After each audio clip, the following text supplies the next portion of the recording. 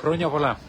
Būtent Chroniopola, sakome, nuo pat kalėdų iki pat naujųjų metų ir dar po naujųjų metų gana ilgai, sveikindamėsi šituo laikotarpiu, šventiniu laikotarpiu. Aišku, dar pridėčiau Kalovradina Ehete, gero vakaro jums linkėdamas, bet Chroniopola yra pagrindinis pasisveikinimas šiuo metu, nes visiems linki ilgiausių metų.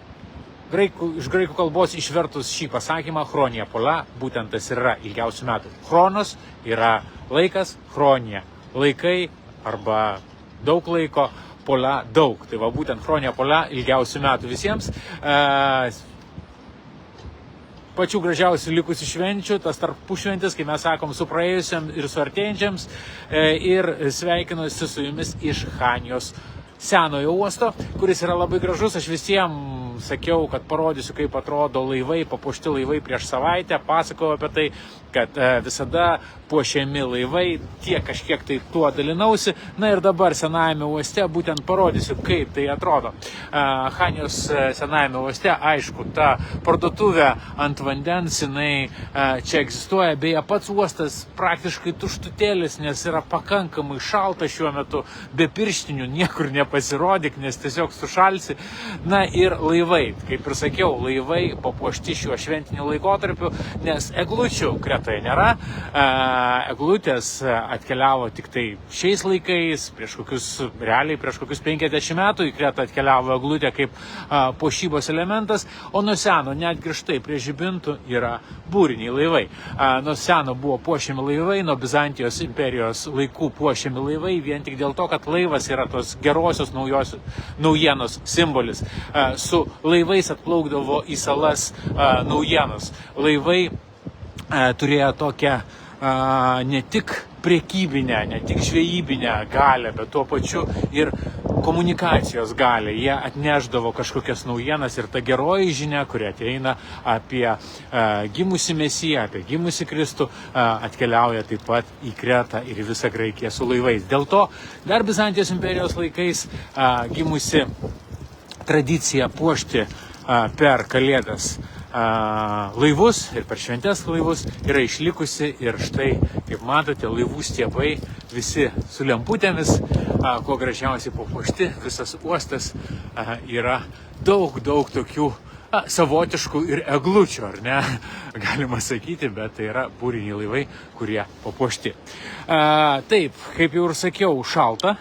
Kretoje šalta ir be pirštinių, be pirštinių niekur, štai rankoje pirštinė, kurioje tuoj atsidurs mano ranka. Iš tikrųjų, jutiminė temperatūra gali būti ir +5 ir +3, nors rašo, kad dabar apie +9. Iš tikrųjų, pakankamai šalta čia Kretoje, nes yra šiaurės vėjas.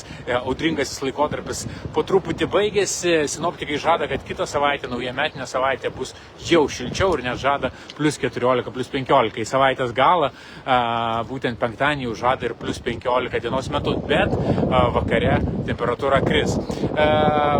Gyvenantis kalnuose dalinasi įspūdingais sniego vaizdais. Omalos plokščiakalnyje, kur prasideda Samarijos tarpeklis, ėjimas Samarijos tarpekliu, yra labai daug sniego.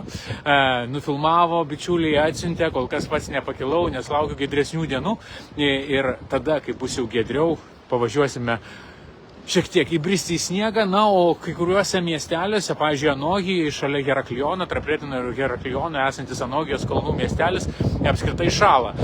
Ten žadama netgi ir minusinė temperatūra naktį.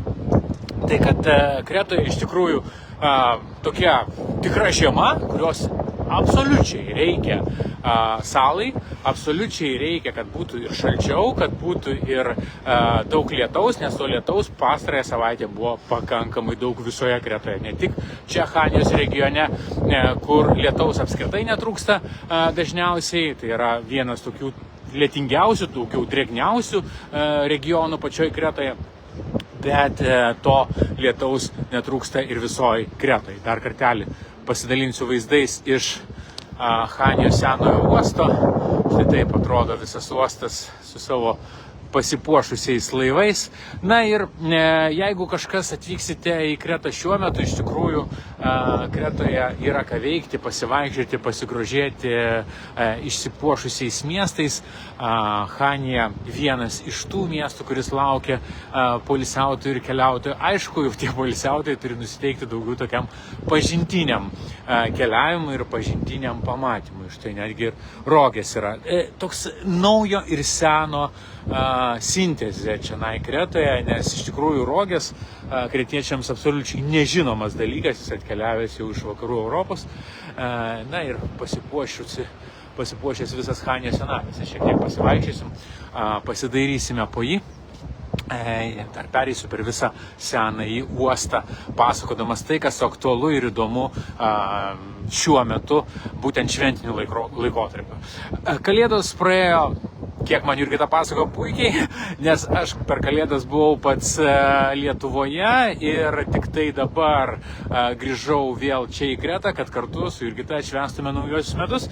Na, o naujieji metai čionai yra iš tikrųjų labai didelė šventė. Tik tai tokia šiek tiek savotiška šventė palyginus su mums įprastais naujais metais. Čia galima pasidaryti tokias nuotraukas. Opa. Su vaizdu į uostą ir į pačius laivus. Štai. Puikiai vieta fotografijams vakare. Ok. Tai apie tos naujus metus. Esmė yra ta, kad visada sakau, kad per naujus metus čia fejerverkai netokie gražus kaip, pavyzdžiui, per Velykas.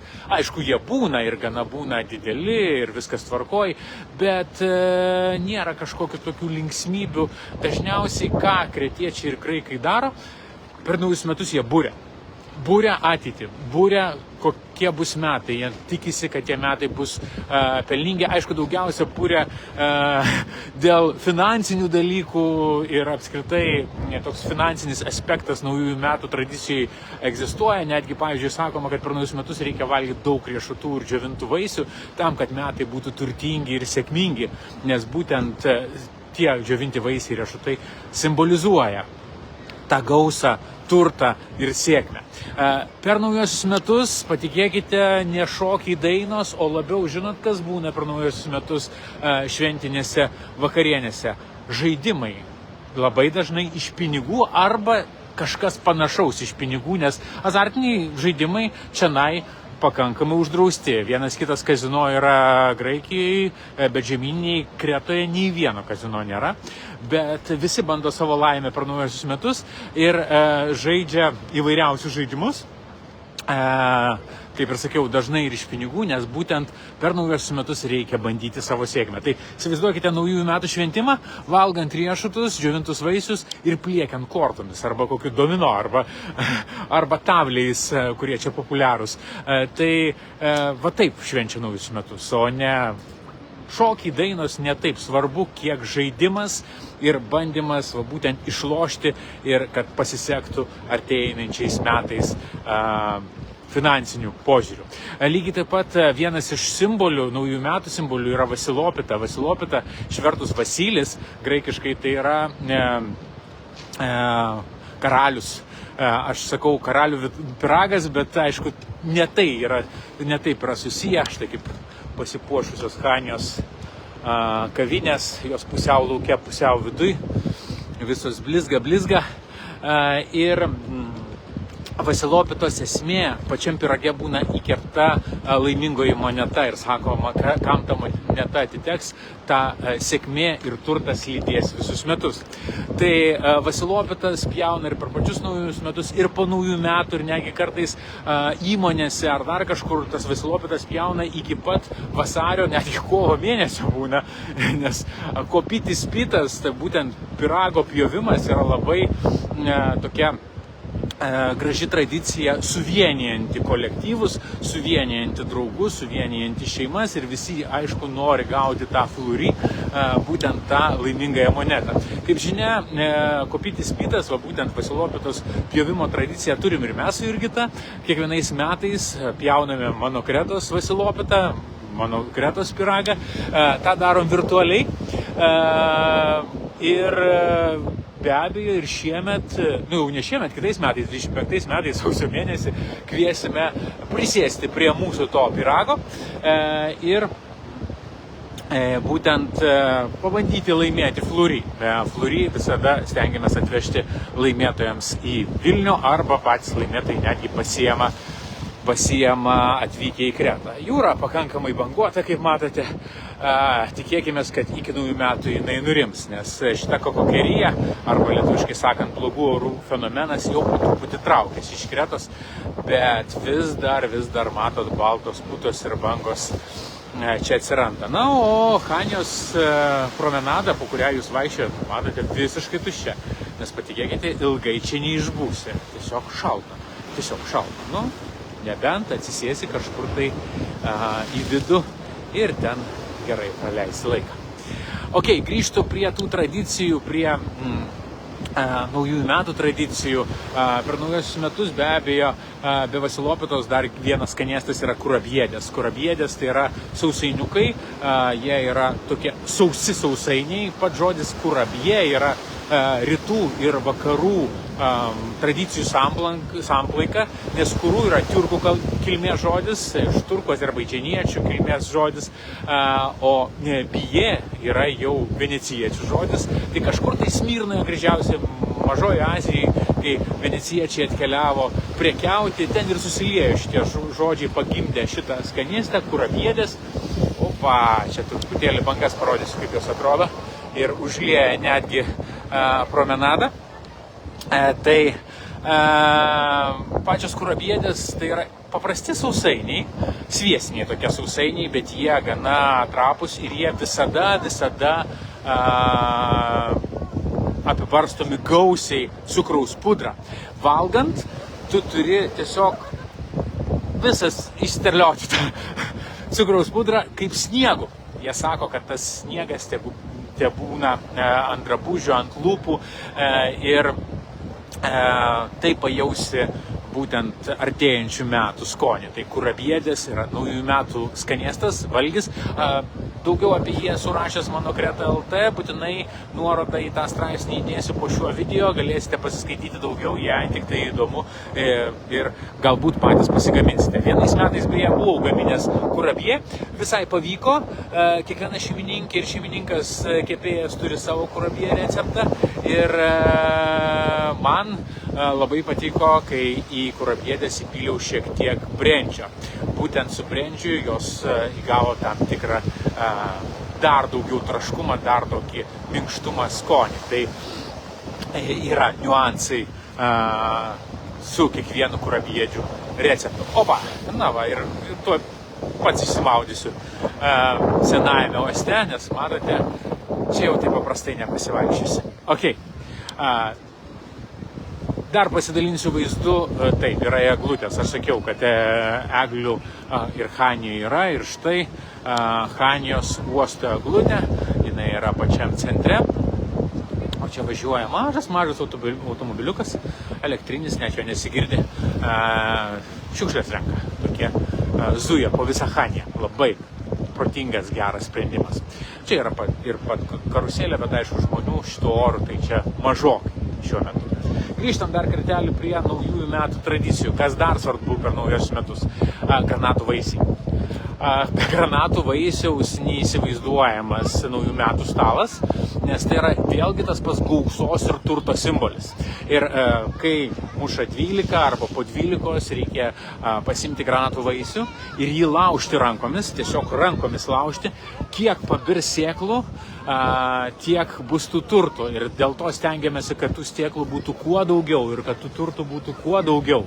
Tai kad šita tradicija labai gyva ir pirmą sausio dieną, būtent pirmą naujųjų metų dieną, yra tradicija prie namų slenksčio sutraiškyti granato vaisių. Tiesiog pasiemi granato vaisių ir ant slenksčių įtieški iš visų jėgų ir kuo daugiau pabyra granato sėklų, tuo yra geriau, tuo metai bus turtingesni, tuo metai bus gausesni ir tie burtai suveiks. Tai kad Sausio pradžia ir būtent naujieji metai yra burtų laikas, būtent burtų ir to sėkmės ir turto pritraukimo laikas. Tai jei norite švęsti kaip graikai, pabandykite šitas tradicijas įtraukti į savo šventimą sausio 1 dieną arba gruodžio 31 dieną. Žiūrėkit, gal pritrauksit ir jūs tų turtų, sėkmės ir laimės.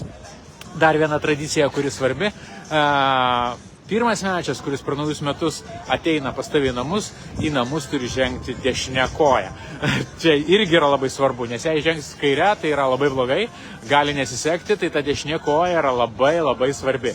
Ir pats atsimenu pirmą kartą netgi, kai pirmą kartą lankiausi svečiuose pas vienus graikus sausio 1 dieną, jie tiesiog tokiu žvilgsniu į mane žiūrėjo, kokie aš koją žengsiu per jų slenkstį, kad nieko kito nebeliko, kaip tik tai sustot, susikaupt, pakelt dešinę koją ir peržengti slenkstį.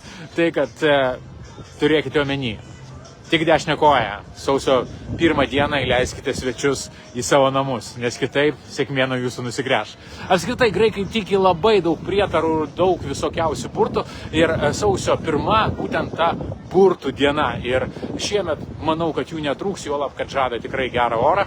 Kaip ir sakiau, jei dabar šalta, tai artimiausią savaitę žada netgi, kad oras iššils iki 14-15 laipsnių šilumos dienos metu, nors nakties metu jis gerokai kris. Ir lietaus jau nežada. Šiandien nulijo, gerokai sušlapau eidamas iki čia, iki venecijietiško uosto. Ir na ką padarysi, sušlapai, bet dabar užtat bent jau kažkiek nelyja, kad šitą transliaciją greičiausiai padaryčiau. Kągi, kas dar svarbu, tie, kas būsite Graikijai šiuo šventiniu laikotarpiu, nepamirškite, kad sausio 6 Graikijoje nedarbo diena. Čia jau bus kita savaitė. Kodėl jinai nedarbo diena, papasakosiu po savaitės, kitą sekmadienį, sausio 5 dieną. Apžvelgsiu daugiau tą sausio 6 svarbą, bet sausio 6 galiu pasakyti, kad daugeliui graikų ir ypač kretiečių yra svarbesnė už Kalėdas. Tai ne 3 karaliai. Tai ne 3 karaliai. Kas yra sausio 6, kartais esu užsiminęs, bet daugiau papasakosiu jau kitą savaitę, po savaitės, kai vėl bus tiesioginė transliacija, galbūt jau ne iš Chanios, nes jau taip susiklostė, kad pastaruoju metu Chanijai tenka lankytis dažnai ir taip išpuola, kad kiekvieną savaitgalį sekmadienį tenka čia užsibūti ir tos transliacijos dėl to iš Chanios. Bet kita vertus, miestas pats gražiausias Kretoje, galiu pasakyti. Iš tikrųjų, jau dabar 100% galiu pasakyti, kad tai yra pats gražiausias miestas Kretoje ir būtent Kretoje tikrai labai rekomenduoju jį aplankyti. Na, o iš šitos pozicijos, kur esu dabar, prie mečetės, senosios mečetės, jei žiūrint į tolumą, dienos metu ten tolumoje turėtų matytis apsnigti kalnai. Kada nors parodysiu, padarysiu nuotrauką, įdėsiu, kaip tai atrodo, nes būtent šitas punktas yra kalnų punktas. Iš čia matosi kalnai. Ok, na ir kaip ir kiekvieną sekmadienį, be abejo, taip ir šiandien po valandėlės paskelbsiu naują temą konkursui, mūsų tarpsezonio konkursui, nes, kaip žinia, Facebooko grupėje Atostogos Kretoje ir Santorinėje vyksta tarpsezonio konkursas. Kiekvieną savaitę skelbiu temą, kviečiu diskutuoti tą temą ir laimėti 25 eurų čekį apsipirkimui elektroninėje parduotuvėje kretoskoniai.lt. Šią savaitę tą prizą, 25 eurus, kartu su Jurgita skiriame Artūrui Bleizgiui, mūsų nuolatiniam sekėjui, kuris savo kalėdinės svajonės, nes tema buvo apie kalėdinės svajonės apie Atostogas Kretoje, aprašė labai paprastai. Pasakė tiesiog būti Kretoje ir bendrauti su kretiečiais ir iš jų daug ko pasimokyti. Tai už tai, kad jis atkreipė dėmesį į bendravimo svarbą čia per Atostogas Kretoje, mes ir skiriame jam tą 25 eurų čekį apsipirkti elektroninėje parduotuvėje kretoskoniai.lt. Čekių galima bus pasinaudoti be abejo tada, kai pas mus elektroninėje parduotuvėje bus dar daugiau prekių, nes dabar jų gerokai pamažėja po kalėdinio viso prekybos bumo. Tai tų prekių bus tikrai sausio viduryje, sausio antroje pusėje. Užeikite ir jūs, be abejo, mes apie tai skelbsime, kai jau atkeliaus tos prekės į Lietuvą. Daug ką paruošė ir naujovių ir be abejo bus alyvuogių aliejaus, kurio daugiausiai visi laukia. Na, o aš su šito pasakojimu jau prie paties venecijietiško uosto širdies, pačios širdies, tai yra ten, kur daug kas būna, Halidon gatvė, fontanas ten tolumoje, kuris be abejo dabar išjungtas. Na ir šitas vaizdas, kurį jūs matėte ne kartą ir atvirutėse, ir nuotraukose, ir galbūt tuo metu, kai lankėtės Kretoje, bet dienos metu, o ne naktį. Nors, aišku, vasaros naktį čia yra be galo gražu. Kągi, tiek informacijos šiandien. Dar kartelį visiems Chronia Pola ilgiausių metų. Tas palinkėjimas, su kuriuo sveikinsiuos ir kitą sekmadienį. Būtent ilgiausių metų. Šiandien netgi prisiminiau. Šiandien anksti ryte vedžiau šunį pavedžioti apie 6:30 ryto. Ir pirmas suktas praeivis, kurio visiškai nepažįstu, bet, kaip pasakiau, mes čia sveikiname su visais visur. Man pasakė ne Kalimera, ne geros dienos, o būtent Chronia Pola. Gerų metų. Būtent ilgiausių metų. Tai Chronia Pola visiems, geros savaitės, gražaus ir linksmo naujų metų sutikimo. Tikiuosi, puikiai praleisite laiką ir vieni kitus būtent pasveikinsime jau visai netrukus su naujaisiais metais. Tai ačiū, kad sekate, ačiū, kad domitės, linkėjimai iš Kretos ir iki kitų susitikimų. Sėkmės, iki.